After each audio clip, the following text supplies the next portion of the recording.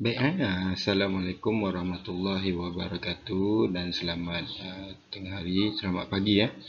Okey, berjumpa kita lagi untuk PDPR 2.0 bagi tahun 2021. Baik, untuk tahun 5 Zuhal, untuk minggu pertama ni kita akan sentuh berkenaan dengan tajuk proses hidup tumbuhan.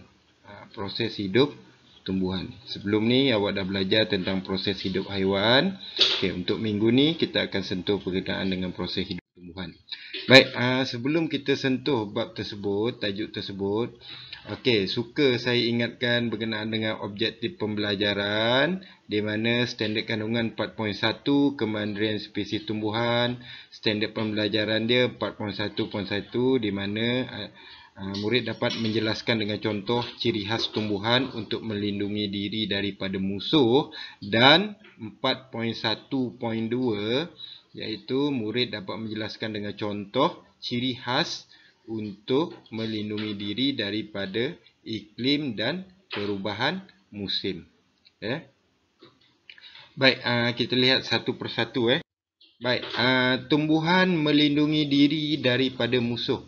Okey, tumbuhan ni dia ada ciri-ciri khas dia.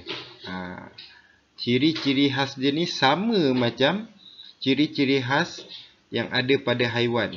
Kenapa ada ciri khas ni?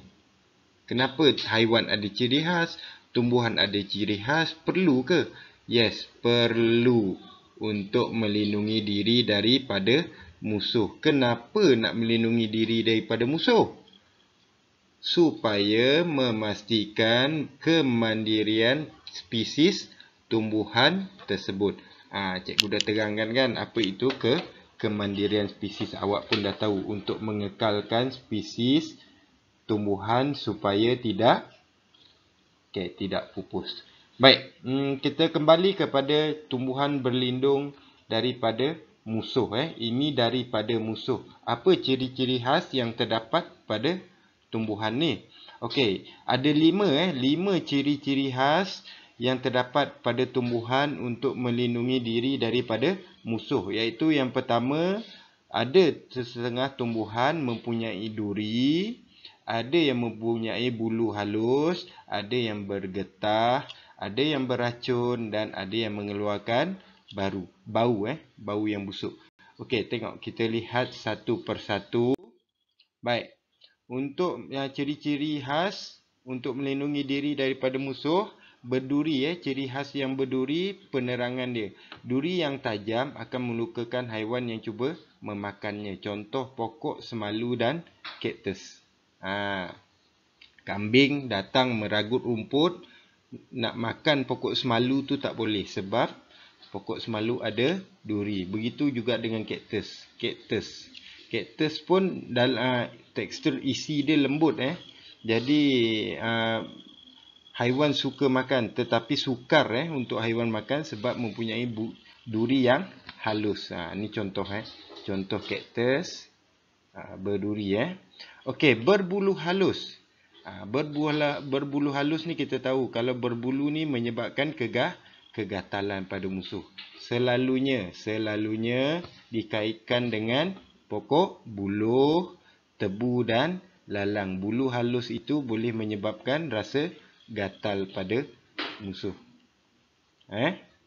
Jadi dia orang binatang lain takut untuk makan. Terutama buluh. Buluh memang gatal. Kalau awak tengok ni, kalau awak pergi perhati dengan dekat, dia mempunyai tekstur bulu-bulu yang halus pada daun dan juga batang. Okey, ada pokok yang mengeluarkan getah yang melekit untuk menghindarkan haiwan daripada memakannya. Sebagai contoh, keladi dan nangka. Dia mengeluarkan getah. Kalau kita pun manusia, kalau ambil nangka tu yang dah masak tu, kita walaupun kita dah petik dia, masa kita belah tu pun masih lagi bergetah. Kadang-kadang kita tengok tumbuhan jarang makan, haiwan jarang makan buah-buah yang mengeluarkan getah ni. Dia melekit dan dia boleh memwujudkan rasa tidak selesa pada mulut haiwan. Itu ciri khas dia. 1, 2, 3. Seterusnya, ciri khas yang seterusnya ialah beracun. Ada pokok yang mempunyai racun. Racun menyebabkan musuhnya sakit atau mati apabila memakannya. Okey, selalunya yang racun ni, pokok oleander ni dia bukan buah, dia getah dia. Getah dia beracun. Pokok buah pompong, cendawan, ni cendawan dan buah pompong ni dia juga mengeluarkan racun. Okey, macam cendawan ni nampak macam ni kan, macam ni kulat ni kan. Padahal dia beracun. Kalau warna dia terang lagi, oranye ke merah ke, yang tu kita tahu memang beracun. Begitu dengan buah pompong ni. Buah pompong ni selalu ada dekat tepi jalan.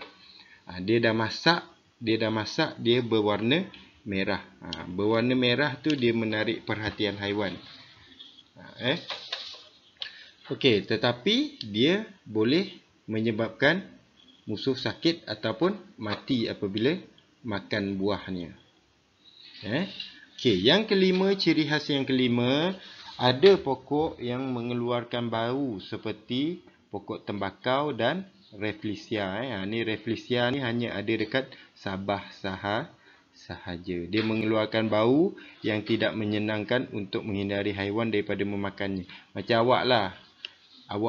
Awak kalau bau bangkai binatang, awak lagi nak pergi ke? Dia macam tu. Kita lagi nak hindarkan. Kita dah terbau je, kita lari tempat lain. Betul tak? Sama macam ni. Dia punya ciri khas yang efektif. Belum sampai lagi dah haiwan tu dah hindari daripada bau busuk tu. Dia tak nak pergi dekat kawasan tu. Macam tembakau ni kan, dulu-dulu kalau cikgu ikut atuk cikgu pergi pasang jaring ataupun menjala ikan, cikgu akan ambil tembakau ni, cikgu letak dalam poket, letak dalam kasut atau dalam stokin, supaya lintah dia tak datang dekat badan kita. Tahu lintah yang ada dekat sungai tu, yang isap darah tu. Jadi cikgu gunakan tembakau. Tembakau ni dia mengeluarkan bau yang kuat, yang busuk dan kuat. Jadi haiwan-haiwan macam lintah, pacat, dia tak akan datang dekat dengan kita. Baik, itu adalah 5 ciri khas yang ada pada tumbuhan untuk mengelakkan diri dari musuh. Mengelakkan diri dari musuh. Okey, kita tengok. Baik, penyesuaian terhadap iklim dan cuaca. Okey, ada tumbuhan dia mempunyai ciri-ciri khas untuk menyesuaikan diri terhadap iklim dan cuaca. Okey, ciri-ciri khas dia ada 6, iaitu akar yang panjang, batang yang boleh menyimpan air, menggulungkan daun, menggugurkan daun, daun berpecah-pecah dan daun berbentuk jarum. Ada 6. Okey, kita tengok satu persatu. Okey, ciri khas yang pertama, akar panjang. Pokok kaktus. Pokok kaktus memang akar dia panjang. Panjang sangat akar dia, supaya dia dapat menyerap air dengan lebih baik. Jauh akar dia ke dalam, mudah untuk dia dapatkan air. Kita tahu pokok kaktus ni dia banyak berada di kawasan gurun dan kawasan yang panas. Jadi air di pada permukaan tanah agak kurang dan hanya ada dalam tanah yang jauh ke dalam tanah. Okey, batang yang menyimpan air. Pokok kaktus, pokok pisang juga mempunyai batang berlilin yang menyimpan air. Tumbuhan boleh hidup walaupun pada musim kemarau ataupun panas yang melampau. Macam pokok kaktus, kita tengok batang dia macam salut berlilin. Macam pokok pisang pun kalau kita tebang, kita nampak macam berair batang dia. Dia tahan cuaca panas. Jadi dia tahan untuk tidak menerima air dalam tempoh masa yang panjang. Okey, ada tumbuhan yang menggulungkan daun. Contoh pokok jagung, pisang, tomato dan kunyit. Tujuan dia bila daun dia tu bergulung, air kadar untuk air hilang tu kurang. Kalau daun lebar, keadaan panas menyebabkan air mudah tersejat daripada daun. Jadi daun tu dia nak kurangkan lebar permukaan tu, dia gulung supaya air pada daun kurang disejat oleh matahari. Begitu juga menggugurkan daun. Ciri yang keempat, selalunya pokok getah. Kalau kita tengok, kita pergi kawasan-kawasan Felda, kita tengok pokok getah tu botak je. Itu bukannya saja-saja dia gugur. Dia memang akan jatuhkan daun dia pada musim kemarau ataupun musim kering supaya air dalam batang dia tidak hilang. Bila musim panas, daun pada air itu diserap oleh cahaya matahari. Jadi dia gugurkan daun dia supaya air dia kurang diserap. Ada yang daun berpecah-pecah. Yang ni pula nombor 5 ni, daun berpecah-pecah, dia untuk melindungi diri daripada angin yang kuat. Selalunya pokok kelapa. Kita tengok pokok kelapa ni, daun dia pecah-pecah macam ni. Supaya bila angin tiup, angin tu tidak dihalang oleh daun. Macam ni kan. Pokok kelapa kan pecah-pecah. Macam ni. Celah-celah ni angin boleh lalu. Jadi dia tidak mudah tumbang. Ada juga daun yang berbentuk jarum. Bentuk jarum ni contoh pokok ru dan pokok kaktus. Pokok kaktus tu dia daun dia halus-halus je macam jarum. Ni pokok kaktus ni. Jauh halus je macam jarum. Sama juga macam pokok ru ni. Pokok ru ni berbentuk jarum juga. Ni pokok ru bawah ni. Yang ni pokok kelapa untuk mengurangkan rintangan angin. Pokok kelapa ni selalunya kita dapat tengok dekat pantai. Pantai angin kuat kan. Tapi untuk pokok ru dan juga pokok jejarum, pokok ru dan juga pokok jejarum ni, dia tujuan dia daun dia halus supaya dia untuk mengurangkan kehilangan air. Juga pokok ru ni daun dia halus juga untuk mengurangkan rintangan angin. Dia ada dua, satu mengurangkan kehilangan air dan mengurangkan rintangan angin. Awak kena tahu tu. Sebab pokok ru ni pun dia sama macam pokok kelapa, kebanyakannya berada di kawasan tepi pantai, angin yang kuat. Ingat kembali. Okey, kita dah belajar ada 5 ciri tumbuhan melindungi diri daripada musuh. Yang pertama, berduri, berbulu halus, bergetah, beracun dan mengeluarkan bau yang busuk.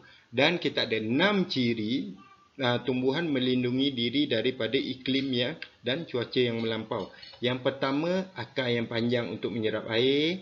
Kemudian batang yang boleh menyimpan air. Kemudian menggulungkan daun, menggugurkan daun. Kemudian daun yang berpecah-pecah dan daun yang berbentuk jarum. Awak kena ingat tu. Setiap satu tu dia ada fungsinya supaya tumbuhan tidak pupus dan dapat menjamin kemandirian spesies. Baik, tugasan. Okey, buku kerja track A kertas 1. Ni buku kerja awak. Buku kerja track A kertas 1 tahun 5. Cikgu nak kertas 1 saja, tak nak kertas 2. Okey, baik. Baik, awak buka unit 4 iaitu proses hidup tumbuhan. Buat muka surat 14 hingga 18 soalan objektif. Jawab semua soalan tu. Habis unit 14 hingga unit 4 muka surat 14 hingga 18. Jawab semua soalan dalam tu. Okey, nanti cikgu akan bagi waktu bila cikgu akan kumpulkan buku tu. Nanti awak perlu hantar ke manalah cikgu akan sediakan tempat di pondok pengawal ke.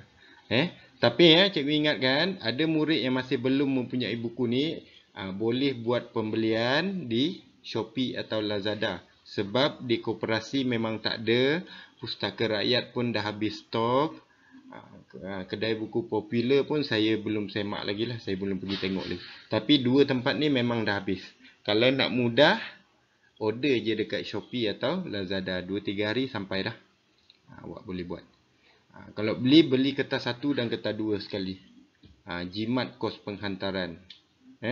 Baik, ingat tugasan unit 4, muka surat 14 hingga 18, buku kerja track A kertas 1. Okey. Baik, setakat itu saja untuk hari ini. Sekian, terima kasih.